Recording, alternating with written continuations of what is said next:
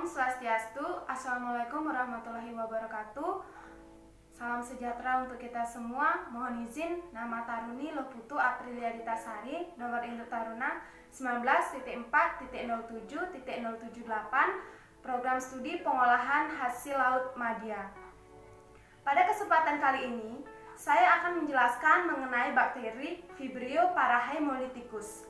Yang pertama, Vibrio. Vibrio merupakan bakteri akuatik yang dapat ditemukan di sungai, muara sungai, kolam, dan laut. Salah satu jenis bakteri dari marga Vibrio yang hidup di laut dan merupakan patogen yang berbahaya bagi kesehatan manusia adalah Vibrio parahemolyticus. Bakteri ini adalah jenis bakteri yang hidupnya di laut, memiliki daya tahan terhadap salinitas yang cukup tinggi. Oleh sebab itu, bakteri patogen ini dapat mencemari pangan hasil laut. Vibrio parahemolyticus sering ditemukan pada udang mentah, ikan mentah, serta kerang.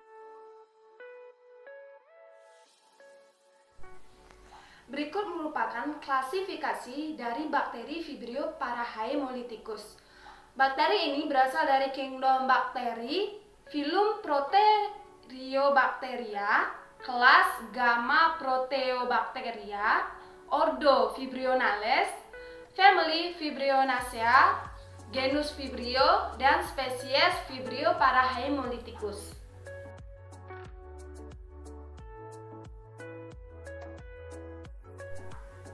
Morfologi bakteri Vibrio parahemolyticus. Bakteri Vibrio parahemolyticus merupakan bakteri gram negatif yang berbentuk batang melengkung yang ditemukan di air payau, air asin, dan bila tertelan akan menyebabkan penyakit saluran cerna pada manusia. Bakteri Vibrio parahemolyticus adalah bakteri yang bersifat oksidasi positif, aerobik fakultatif, dan tidak membentuk spora. Seperti anggota lain dari genus Vibrio, spesies ini motil dengan satu flagel kutu.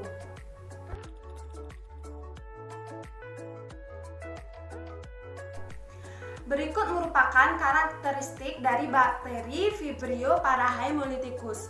Yang pertama, berbentuk koma atau batang lurus dengan gram negatif.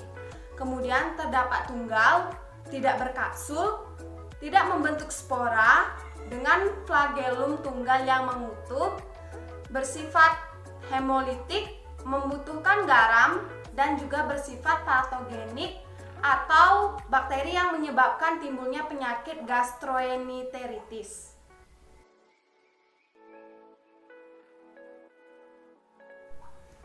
Untuk mempelajari lebih mendalam mengenai bakteri Vibrio parahemolyticus, berikut adalah gambar dari bagian-bagian bakteri tersebut. Yang pertama terdiri dari flagella, yaitu sebagai alat pergerakan bakteri itu sendiri. Kemudian terdiri dari mesosom yang berfungsi untuk membentuk dinding sel baru saat terjadi pembelahan sel. Kemudian ada ribosom, tempat terjadinya sintesis protein. Ada DNA, yaitu materi genetik penentu sifat. Kemudian ada plasma membran yang berfungsi untuk mengontrol pergantian zat yang terjadi pada sel bakteri tersebut. Dan terdapat sel wall, yaitu berfungsi untuk mencegah overekspansi saat air memasuki sel bakteri.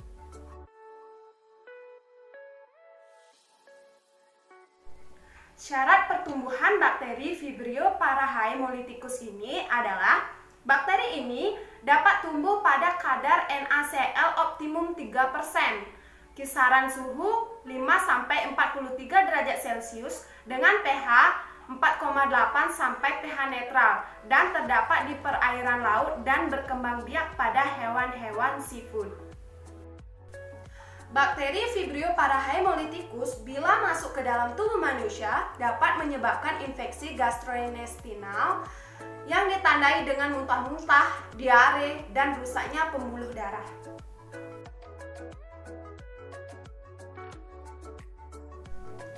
Berikut akan saya jelaskan bagaimana bakteri Vibrio parahemolyticus tersebut menginfeksi saluran cerna pada tubuh. Bisa lihat di gambar.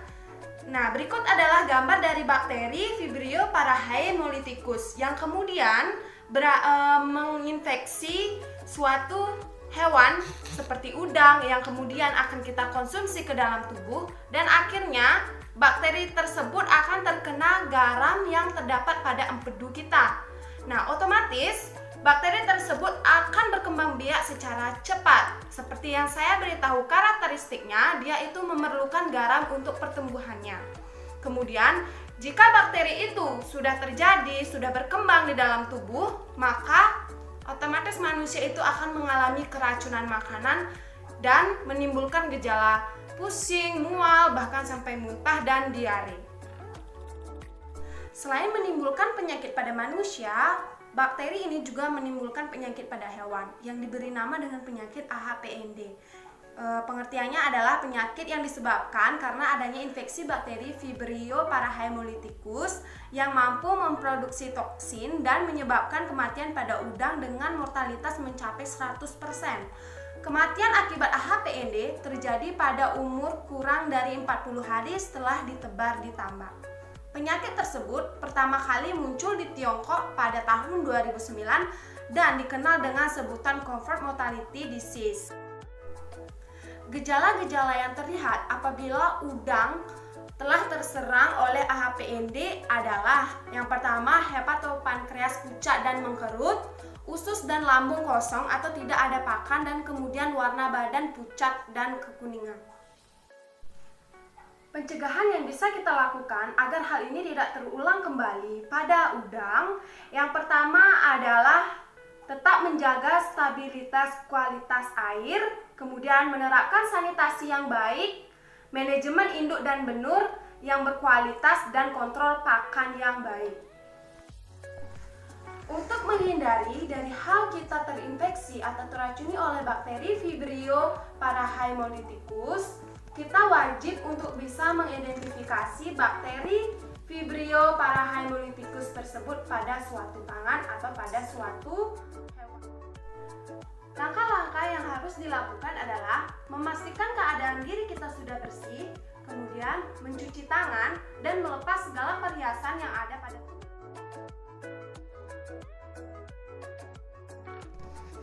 Menggunakan jas laboratorium, menggunakan masker, memakai sarung tangan, menggunakan sepatu laboratorium, dan menggunakan arnett untuk melindungi rambut kita agar tidak jatuh ke dalam sampel yang akan kita identifikasi.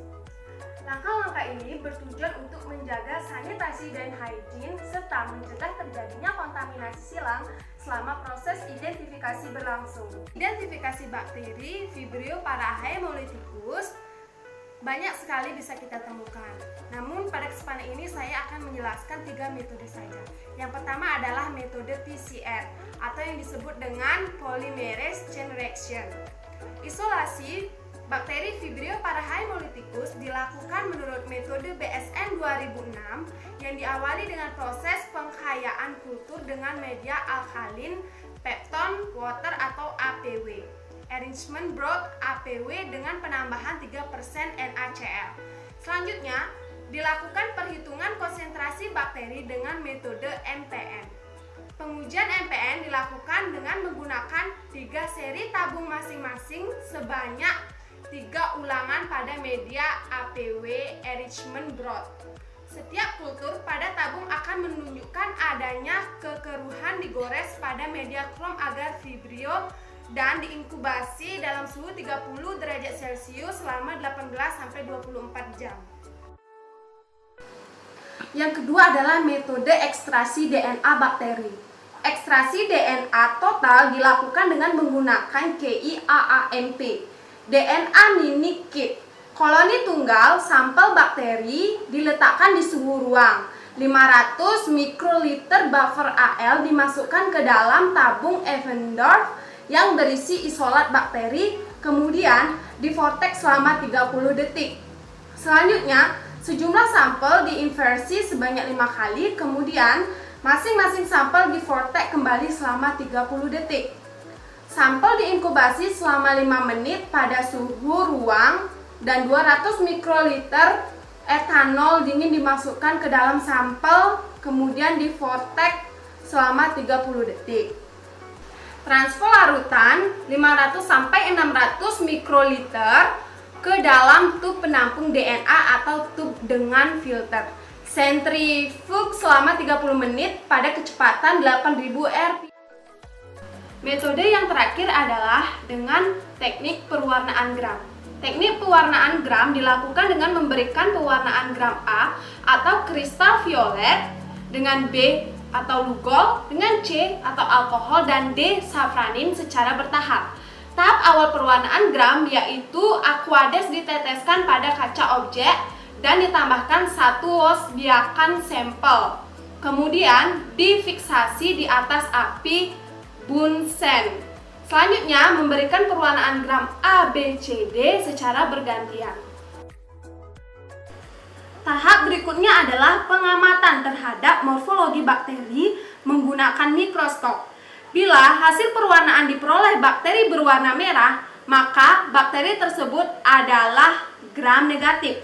Sedangkan apabila diperoleh bakteri berwarna ungu, maka bakteri tersebut termasuk ke dalam golongan gram.